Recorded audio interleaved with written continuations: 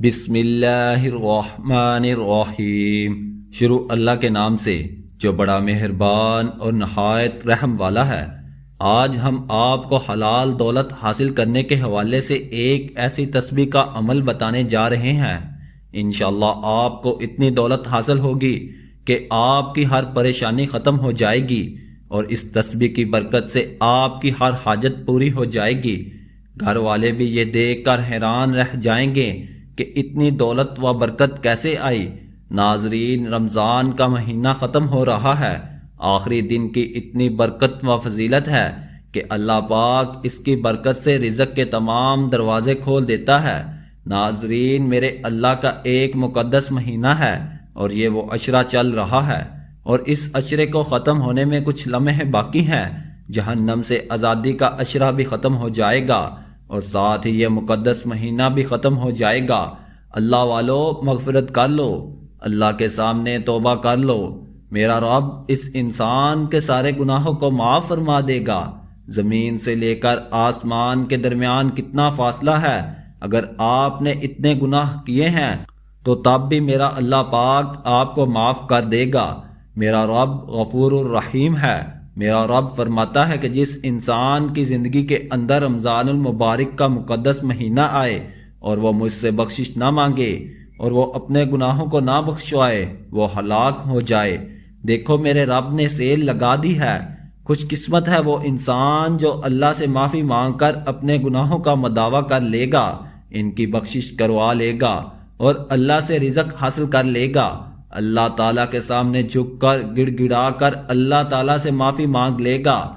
تو کچھ بد نصیب لوگ ایسے بھی ہیں کہ جن کی زندگی کے اندر میرے اللہ نے یہ مقدس مہینہ دیا ہے اور وہ ابھی تک اپنی بخشش نہیں کروا سکے۔ حضرت ابو ہریرہ رضی اللہ تعالی عنہ سے روایت ہے کہ رسول اللہ صلی اللہ علیہ وسلم نے ارشاد فرمایا، جسے اللہ تعالیٰ نے مال دیا اور اس نے اس کی زکوٰۃ ادا نہ کی تو قیامت کے دن اس کا مال نہایت زہریلے گنجے سانپ کی شکل اختیار کر لے گا۔ اس کی آنکھوں کے پاس سانپ کی طرح دو سیاہ نقطے ہوں گے جیسے سانپ کے ہوتے ہیں۔ پھر وہ سانپ اس کے دونوں جبڑوں سے اسے پکڑے گا اور کہے گا، میں تیرا مال ہوں، میں تیرا خزانہ ہوں۔ پھر آپ صلی اللہ علیہ وسلم نے سورہ آل عمران کی آیت 180 تلاوت فرمائی، اور وہ لوگ یہ گمان نہ کریں کہ اللہ تعالیٰ نے انہیں جو کچھ اپنے فضل سے دیا ہے وہ اس پر بخل سے کام لیتے ہیں کہ ان کا مال ان کے لیے بہتر ہے، بلکہ یہ برا ہے۔ جس مال کے معاملے میں انہوں نے بخل کیا ہے، قیامت میں اس کا طوق بنا کر ان کی گردن میں ڈالا جائے گا۔ حضرت ابو ہریرہ رضی اللہ تعالی عنہ سے روایت ہے کہ رسول اللہ صلی اللہ علیہ وسلم نے فرمایا کہ جو کوئی شب قدر میں ایمان کے ساتھ اور حصول ثواب کی نیت کے ساتھ عبادت میں کھڑا ہو، اس کے تمام اگلے گناہ بخش دیے جائیں گے، اور جس نے رمضان کے روزے ایمان کے ساتھ اور ثواب کی نیت سے رکھے، اس کے تمام گناہ معاف کر دیے جائیں گے۔ حضور نبی اکرم صلی اللہ علیہ وسلم نے فرمایا، تمہارے پاس ماہ رمضان آیا ہے، یہ مبارک مہینہ ہے۔ اللہ تعالیٰ نے تم پر اس کے روزے فرض کیے ہیں۔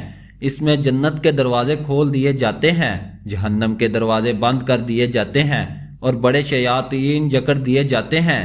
اس مہینے میں اللہ تعالیٰ کی ایک ایسی رات ہے جو 1000 مہینوں سے افضل ہے۔ جو اس کے ثواب سے محروم ہو گیا سو وہ محروم ہو گیا۔ وہ شخص بڑا ہی بد نصیب ہے جس نے رمضان کا مہینہ پایا لیکن اس کی بخشش نہ ہوئی۔ اگر اس کی اس مغفرت کے مہینے میں بھی بخشش نہ ہوئی تو پھر کب ہوگی؟ ایک بات زندگی میں ہمیشہ یاد رکھیں، دعا ہمیشہ اس وقت قبول ہوتی ہے جب انسان حلال رزق کماتا ہے اور حلال رزق کھاتا ہے۔ بندہ مومن کی شان یہ ہے کہ وہ تنگی و فراخی ہر حال میں دستے دعا دراز کیے رکھتا ہے، اور اپنے کمزوری کے مقابلے میں مال کے دو جہاں کی قوت اور اپنے معافی مانگنے کے مقابلے میں اپنے رب کے خزانوں اور اس کی عطا پر نظر رکھتا ہے۔ رب کو بندے کے پھیلے ہوئے ہاتھ ہی مطلوب ہے، اس لیے دعا نہ مانگنے کو تکبر سے تعبیر کیا گیا ہے۔ تمہارا رب کہتا ہے، مجھے پکارو، میں تمہاری دعا قبول کروں گا۔ جو لوگ گھمنڈ میں آ کر میری عبادت سے منہ موڑتے ہیں، ضرور وہ ذلیل و خوار ہو کر جہنم میں داخل ہوں گے۔ یعنی رب کو نہ پکارنا، اس کی جناب میں التجا سے بے نیازی برتنا، گویا تکبر کی علامت میں شامل ہے۔ اسی طرح رسول اکرم صلی اللہ علیہ وسلم کا یہ ارشاد ہے کہ جو اللہ سے نہیں مانگتا اللہ اس پر غضبناک ہو جاتا ہے۔ حضرت سلمان فارسی رضی اللہ تعالی عنہ سے روایت ہے، آپ صلی اللہ علیہ وسلم نے فرمایا کہ تمہارا رب حیا کا پیکر اور صاحب عزت و تکریم ہے۔ اسے اس بات سے حیا آتی ہے کہ بندے کے اٹھے ہوئے ہاتھوں کو خالی ہاتھ لوٹا دے۔ نہ صرف یہ کہ وہ خالی ہاتھ لوٹاتے ہوئے شرماتا ہے بلکہ وہ خود بلاتا ہے اور چاہتا ہے کہ ہم اس سے مانگیں اور صرف اسی کے آگے دستے سوال دراز کریں۔ وہ قرآن میں جگہ جگہ ہمیں پکارتا ہے کہ آؤ اپنے گناہوں کی معافی مانگو، مجھ سے استغفار طلب کرو، اور مخلوق کی شان بھی یہ ہے کہ خالق سے رجوع کریں، ہر حاجت اس سے طلب کریں، کھڑے بیٹھے اور لیٹے اس کو پکاریں۔ دعا کے ذریعے اللہ پاک سے تعلق پیدا ہوتا ہے، وہی عبادت کی اصل روح ہے جو ہر حاضر و موجود سے بیزار کر کے اس کے در سے وابستہ کر دیتا ہے۔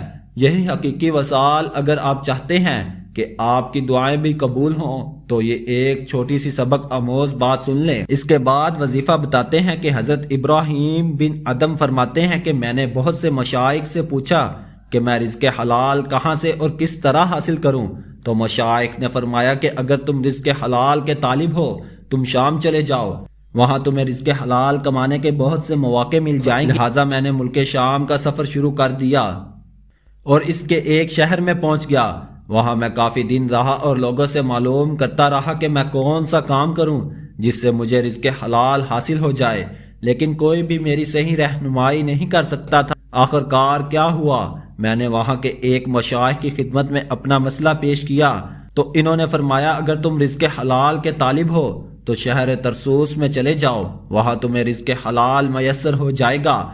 تو چنانچہ میں ترسوس شہر میں پہنچ گیا۔ میں نے وہاں رزق حلال کی تلاش میں گھومتا پھرتا رہا۔ ایک دن میں سمندر کے ساحل پر پہنچ گیا تو ایک شخص وہاں میرے پاس آیا اور کہنے لگا مجھے اپنے انگوروں کے باغ کے لیے دیکھ بھال کرنے والے انسان کی ضرورت ہے، کیا تم اجرت پر میرے باغ کی دیکھ بھال کر سکتے ہو؟ تو میں نے کہا جی ہاں میں تیار ہوں۔ وہ شخص مجھے اپنے باغ میں لے گیا جہاں میں نے خوب محنت اور لگن سے کام کیا۔ مجھے اس باغ میں کام کرتے ہوئے کافی دن گزر گئے۔ ایک دن باغ کا مالک اپنے چند دوستوں کے ساتھ باغ میں آیا اور مجھے کہنے لگا کہ ہمارے لیے بہترین قسم کے میٹھے انگور توڑ کر لاؤ۔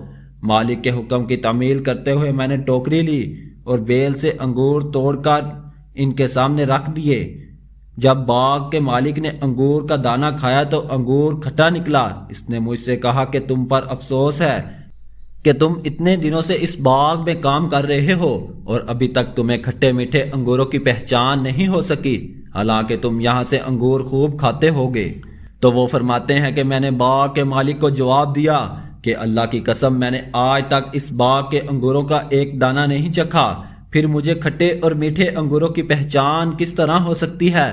مجھے تو آپ صرف اس باغ کی دیکھ بھال کے لیے رکھا تھا، لہٰذا میں صرف اس باغ کی دیکھ بھال کرتا رہا اور اس باغ کے انگور کا ایک بھی دانہ بھی نہیں کھایا۔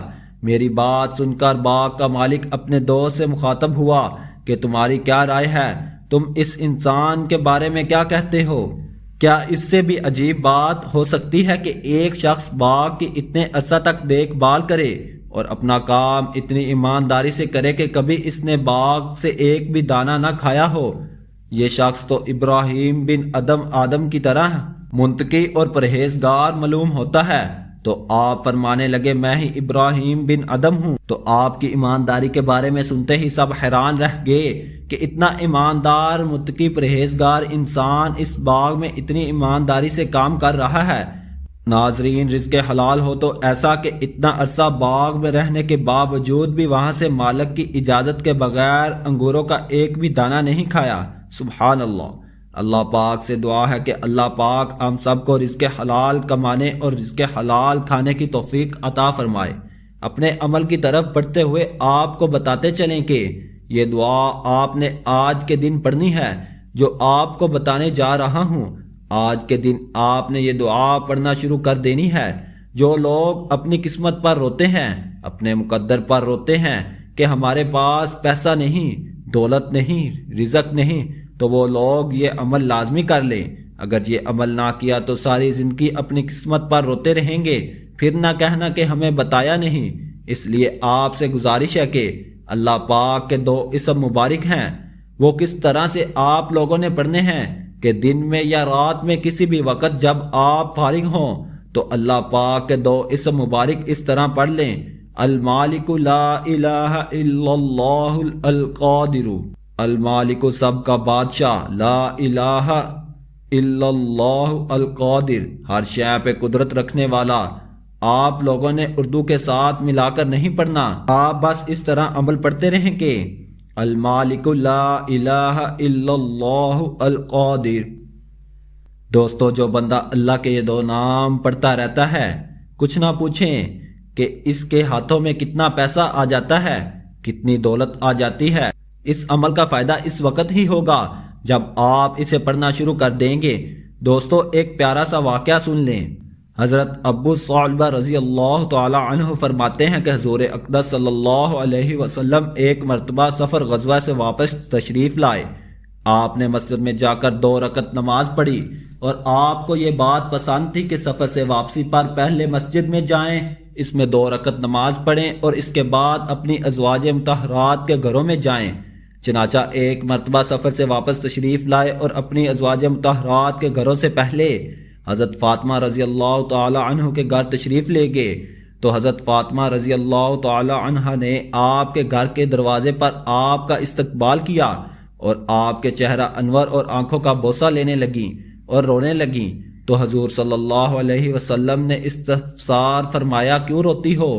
آپ نے عرض کیا، یا رسول اللہ صلی اللہ علیہ وسلم، آپ کی یہ حالت دیکھ کر رو رہی ہوں کہ آپ کا رنگ سفر کی مشقت کی وجہ سے بدل چکا ہے اور آپ صلی اللہ علیہ وسلم کے کپڑے پرانے ہو گئے ہیں۔